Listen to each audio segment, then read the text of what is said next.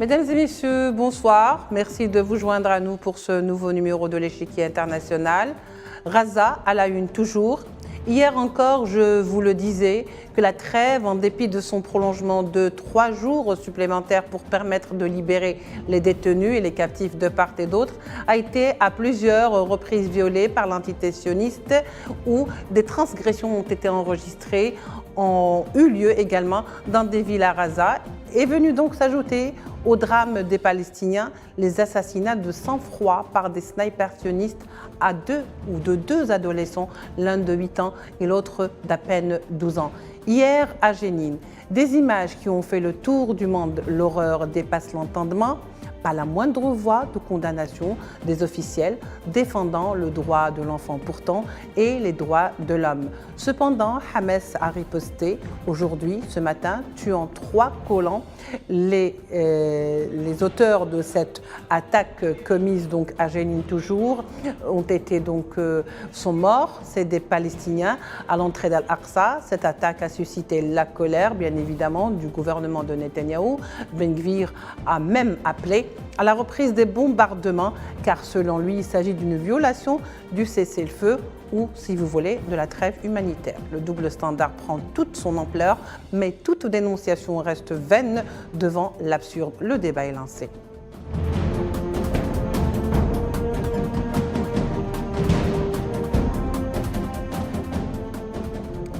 Nous débattrons ce soir donc avec l'échiquier international des dernières évolutions du terrain à Gaza avec nos 2 invités. D'abord Sobhi Thomas, analyste de la question de géopolitique au Moyen-Orient, en Irak également.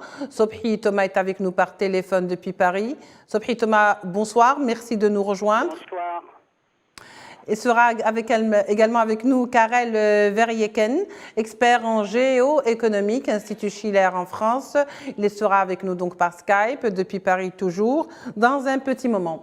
Pour commencer, bonsoir Sobhi Thomas avec vous. Alors des otages ont été libérés cet après-midi, hier aussi très tard dans la soirée. D'ailleurs parmi ces détenus qui ont été libérés, je parle des détenus palestiniens, bien sûr, Ahd Tamimi qui a été emprisonné lorsque l'opération d'Al-Aqsa ou les bombardements sur Gaza ont commencé, c'est-à-dire juste 2 jours après. Et bien sûr, 2 otages cet après-midi, 2 otages donc, de l'entité sioniste ont été également libérés. Hier également, il y a eu une autre donc, vague d'échanges. Alors, Sobhi Thomas, dans ces épisodes de libération ponctués par des assassinats ici et là d'enfants palestiniens qui passent sous le silence, pas le moindre mot pour dénoncer jusqu'à présent ce qui s'est passé hier au vu et au su de tous. 2 enfants qui se font descendre de sang-froid à Jénine. Quel commentaire faites-vous?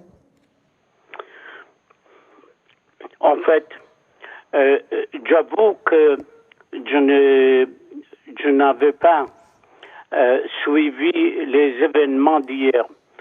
Globalement, le drame du peuple palestinien, elle relève d'une décision injuste de la communauté internationale en 1948, lorsqu'on a partagé le pays entre deux communautés dont on a privilégié une communauté contre la majorité des habitants. La solution de la question palestinienne a été entretenue depuis 1948 jusqu'à aujourd'hui par une hypocrisie d'un ordre international injuste. Et pour ce faire, les médias, depuis 70 ans, ils ont accepté de protéger cette situation qui est une anomalie politique, une anomalie humanitaire, qui n'ont pas voulu accepter toutes les corrections décidées par les résolutions des Nations Unies, au point que nous sommes arrivés aujourd'hui à une situation totalement bloquée. Puisque Hamas elle décide de mener la guerre jusqu'à la fin, mais ce n'est pas une solution admise par la communauté internationale. Le sommet des pays arabes et musulmans ont décidé qu'il fallait un autre ordre international qui corrige des décisions injustes de la communauté internationale. Je me réjouis de la libération des otages et je me réjouirai encore plus si les prisonniers palestiniens ils seront libérés, notamment si Al-Barghouti était libéré, parce que après la guerre, le massacre, 20 000 enfants et femmes palestiniens tués à Raqqa, ça peut augmenter encore à des dizaines de milliers de morts. Ce n'est pas une solution. Oui. C'est le choix est d'exiger de la communauté internationale de promulguer des décisions qui corrigent l'injustice imposée au peuple palestinien, de libérer les otages et libérer les prisonniers palestiniens qui sont dans les prisons israéliennes. Alors, effectivement, c'est un peu l'objectif, mais bon, c'est un objectif qui a coûté très cher en tous les cas aux Palestiniens à Gaza. Karel Verheyken, vous êtes expert en géoéconomie, Institut Schiller, vous êtes avec nous donc de France. Karel, bonsoir, merci de vous joindre à nous. Bonsoir. Karel, justement, alors on est au 7e jour du prolongement de la trêve, parce qu'il faut dire qu'ils étaient convenus de 4 jours. Aujourd'hui, il y a 3 jours supplémentaires. Dans ces 3 jours supplémentaires, on a vu également la libération de plusieurs autres groupes d'otages, mais également de prisonniers. Mais que pensez-vous justement de cette façon sournoise de l'entité ou qu'a l'entité sioniste de procéder, à savoir il y a des libérations de détenus palestiniens, mais le lendemain, il y a des arrestations en masse, y compris de certains détenus. C'est-à-dire que ces détenus ne sont pas laissés en paix, même pour vivre ce moment de joie. Oui, on est dans ce que j'appelle, moi, une danse macabre, c'est-à-dire un calcul macabre, même quand on me dit on échange des otages contre des prisonniers, c'est un calcul macabre, parce que on est renvoyé l'un à l'autre, soi-disant par un intérêt à très court terme, de se parler pour un intérêt. Alors je me réjouis bien sûr que les otages et les prisonniers puissent se retrouver la liberté. Je m'inscris tout à fait dans ce que vient de dire l'intervenant précédent. Que ce qui sera très important, c'est qu'on met en liberté notamment les responsables politiques comme Marwan Barghouti, pour qu'on puisse faire émerger une véritable nouvelle direction et une nouvelle constellation politique pour la Palestine. Mais je suis vraiment en colère contre 70 ans de cynisme. J'espère qu'avec l'enterrement de M. Kissinger, on va enterrer ce qui fut sa soi-disant diplomatie, qui était en fait la géopolitique. Oui, il faut rappeler qu'Henry Kissinger est mort aujourd'hui. Voilà. Voilà, mais ça fait 100 ans, disons, c'est l'architecte de la guerre, c'est pas l'architecte de la paix, parce que la géopolitique, et c'est pour ça que je m'appelle un expert en géoéconomie, c'est-à-dire que aujourd'hui nous sommes dans un village planétaire, on peut plus résoudre les problèmes par la force et par la guerre. La sécurité de l'un dépend de la sécurité de l'autre. La sécurité d'Israël dépend justement de la sécurité des Palestiniens et vice-versa. Donc, depuis 67, on a favorisé tous les extrémistes des deux côtés. On n'a pas écouté José Bélin, on n'a pas écouté Barghouti. Il y avait eu, à la fin de la guerre froide, en 91, avec Oslo, il y avait une opportunité. Elle a été sabotée, beaucoup plus par les États-Unis et par les Occidentaux complètement cyniques, voulant continuer à jouer une espèce de guerre froide. Donc, il fallait créer des nouveaux ennemis. Même que les partenaires sur place qui à un moment donné avait la volonté de mettre de tourner la page et de réécrire ensemble une nouvelle page de l'histoire dans un développement commun, notamment autour du problème de l'eau, parce que l'eau, sans le partage de l'eau, sans un plan Oasis, comme l'avait réclamé Léon Larouche aux États-Unis dès 1975, il n'y aura pas de co-développement. Et la question maintenant, c'est de redéfinir un plan de développement d'ensemble permettant de ramener, y compris pour chacun son intérêt, de retrouver un avenir partagé. Oui, très bien. Alors, Sobhi Thomas, justement, je voudrais rester sur cette idée que j'ai posée au départ, c'est-à-dire que d'un côté, on est en train de libérer effectivement des captifs donc israéliens, et de l'autre côté, on est en train de libérer des détenus au compte-gouttes, des détenus palestiniens qui ont fait donc les geôles depuis des dizaines d'années. Mais il y a quand même comme une sorte de jeu injuste, puisque de toute façon, lorsque les captifs rejoignent leur famille, ils sont sûrs d'être en sécurité, que rien ne leur sera fait dans le futur. Par contre, les détenus palestiniens peuvent sortir aujourd'hui pour se retrouver arrêtés le lendemain, le plus normalement du monde, puisque de toute façon, les rênes sont tenues justement par l'entité sioniste. Qu'en pensez-vous, Sobhi Thomas? Est-ce que ce n'est pas un jeu très malsain? Oui, je pense que dans ce drame, une fois de plus, on constate qu'il y a un petit peu qu'on accorde de privilèges à l'État d'Israël par rapport aux prisonniers palestiniens.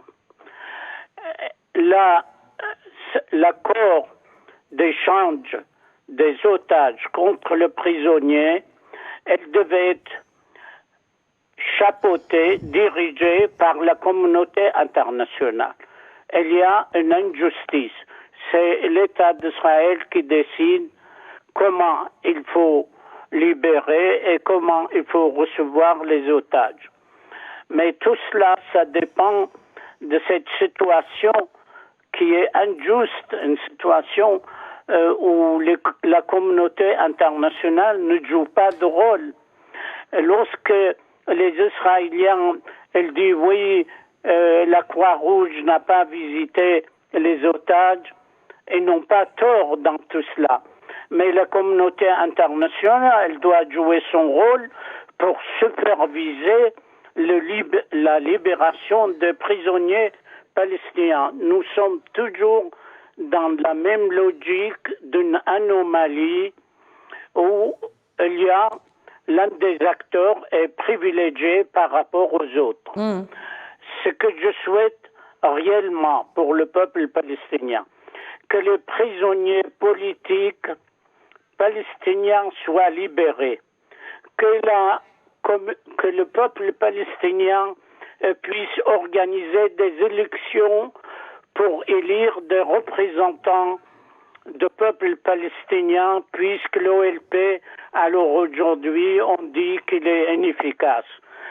C'est à cette condition, avec des décisions de la communauté internationale, d'accorder le droit aux Palestiniens d'avoir leurs États.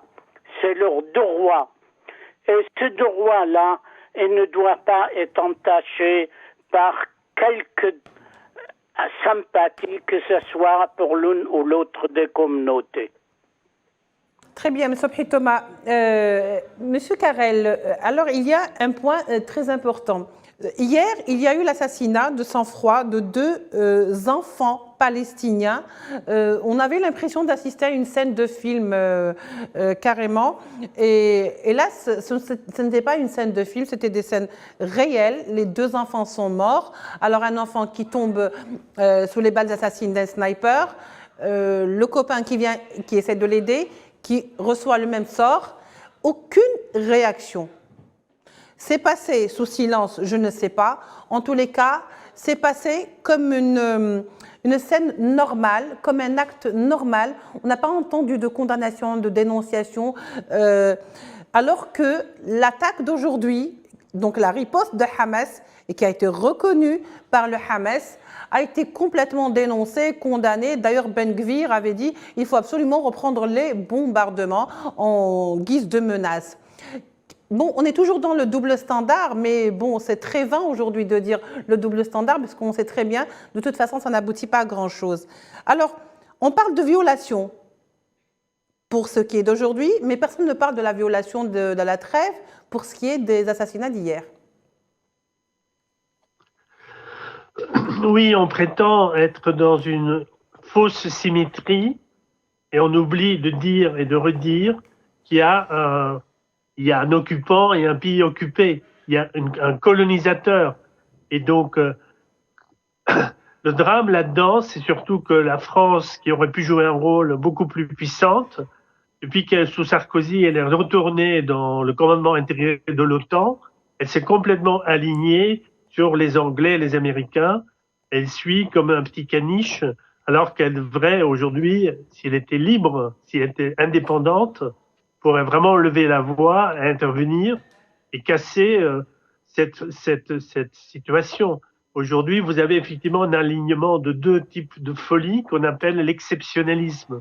C'est-à-dire que les États-Unis croient qu'ils ont une mission divine, et là-dessus, vous avez certains Israéliens les plus fous qui s'alignent et qui se retrouvent ensemble. Donc, vous avez deux pays qui se croient au-dessus de la loi et qui n'en ont cure de la communauté internationale. De ce point de vue-là, si la France, avec les pays des BRICS, il y a moyen de retourner cette situation. Mais je pense que c'est un conflit mondial, c'est pas juste un conflit dans la région, mais que ça ne peut que, il faut vraiment changer les rapports de force au niveau mondial. Et c'est avec ça que je travaille avec l'Institut Schiller pour faire avancer les choses dans cette direction.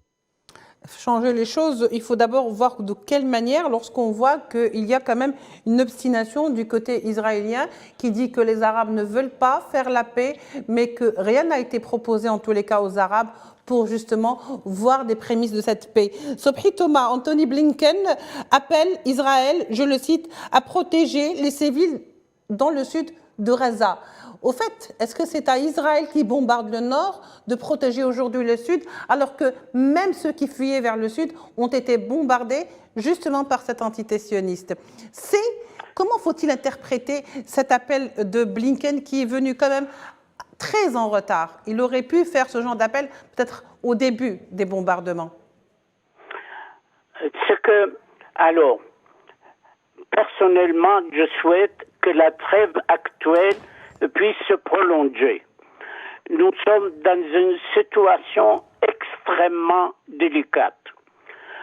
Il faut que la France, comme les autres pays qu'on dénomme comme grande puissance, agissent avec beaucoup de responsabilité.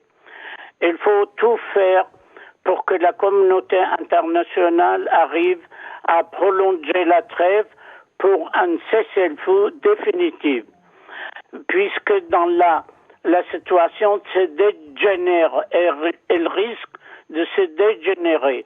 Les Israéliens sont capables de reprendre le bombardement de parties sud de Gaza. Et cela, ça va nous conduire à une détérioration globale au Moyen-Orient. Aujourd'hui, c'était l'annonce de décès de l'ancien ministre américain. Oui, Kissinger, on l'avait dit. Qu'il avait prédit que nous allons vers une guerre mondiale, mais qu'elle commencera au Proche-Orient et après, elle va se dégénérer. Moi, je crains que la situation d'Israël actuellement est au stade de déclencher une guerre mondiale. Ce que la réunion des pays arabes et musulmans en Arabie Saoudite, dans leur totalité, ils ont dit que l'OLP est le représentant du peuple palestinien, qu'il fallait que la communauté internationale prenne des mesures pour accorder le droit de 12 États. Si la communauté internationale ne s'engage pas, si on laisse faire entre Hamas et Israël, la situation sera irrécupérable. Et il est nécessaire que l'ensemble des pays arabes, musulmans, comme les grandes puissances, agissent pour d'abord reconnaître le droit du peuple palestinien à un État indépendant et puis faire cesser ces agressions de pouvoir contre le peuple palestinien, comme il faut faire taire le Hamas avec ses revendications illogiques. Alors, si vous pensez, Sobhi Thomas, que les revendications du Hamas sont illogiques, vous partagez cette... Les revendications de Hamas, madame, si Hamas, elle dit, je veux faire partir tous les juifs de la Palestine, il s'agit de faire expulser 7 millions de personnes. Je pense qu'aucun pays ne l'accepte pas aujourd'hui. Je pense que Sobhi Thomas, il parlait des colons qui devaient peut-être regagner leur pays parce que de toute façon ils ne sont pas chez eux. Et on a remarqué... faire partir les colons. Oui, faire partir les colons. Est-ce que nous sommes d'accord aujourd'hui que la France ou la Suède expulse 50 000 personnes. Non, nous n'allons pas faire de parallèle. Nous n'allons pas faire de parallèle. Je ne veux pas faire de raccourci. Ce n'est pas mon rôle de toute façon. Mais je peux comprendre ce genre de discours à partir du moment où ça a été fait ouvertement par l'antité-sioniste, où on disait il faut que les Palestiniens partent un petit peu au Sinaï, un petit peu en Jordanie. Et ça aussi, je pense que c'est un petit peu difficile lorsqu'on est natif de ce pays et qu'on ne vient pas de Russie, de Belgique ou peut-être d'Ukraine. Madame, je pense que les colons de Cisjordanie... Juste, je voudrais donner la parole à monsieur. Oui, très bien. Il y a 400 000 colons dans cette partie. Je pense que c'est un autre débat qu'on pourrait ouvrir. Je vous promets que c'est un autre débat qu'on pourrait ouvrir ensemble, justement, sur qui devrait partir ou de quelle manière peut-on vivre ensemble dans la paix. Monsieur Karel Verjeken, il ne nous reste qu'une minute. J'aimerais que vous puissiez conclure, justement, est-ce que ce que vous pensez de ce que vient de dire Sobhi Thomas. Alors, nous avons moins de 30 secondes, me dit-on. Oui, donc, moi, je pense qu'effectivement, qu'il faut appliquer la résolution 242. Ça veut dire que 740 000 colons doivent trouver une solution ailleurs et rentrer chez eux ou être accueillis dans d'autres pays s'il faut. Entre-temps, il faut reconnaître un État légitime palestinien. Il faut un grand plan de développement économique mutuel. Et autour de ça, la paix pourra se faire aussi bien en Palestine qu'en Israël. Je souhaite qu'une chose, c'est que mes amis israéliens chasse au plus vite du pouvoir, M. Netanyahou, et qu'on retrouve des Israéliens partenaires pour la paix. Merci. En tous les cas, on termine sur une note qui pourrait inciter à un autre débat. Je vous promets que de toute façon, le débat sera ouvert sur notre chaîne, justement, sur cette question essentiellement. Messieurs, je vous remercie d'avoir été avec nous. Donc, je disais, Sobhi Thomas, analyste en questions internationales du Moyen-Orient en Irak, et Karel Verjeken, expert en géoéconomique à l'Institut Schiller en France. Merci de nous avoir suivis. On se retrouve demain pour un autre numéro de l'Échiquier international. Au revoir.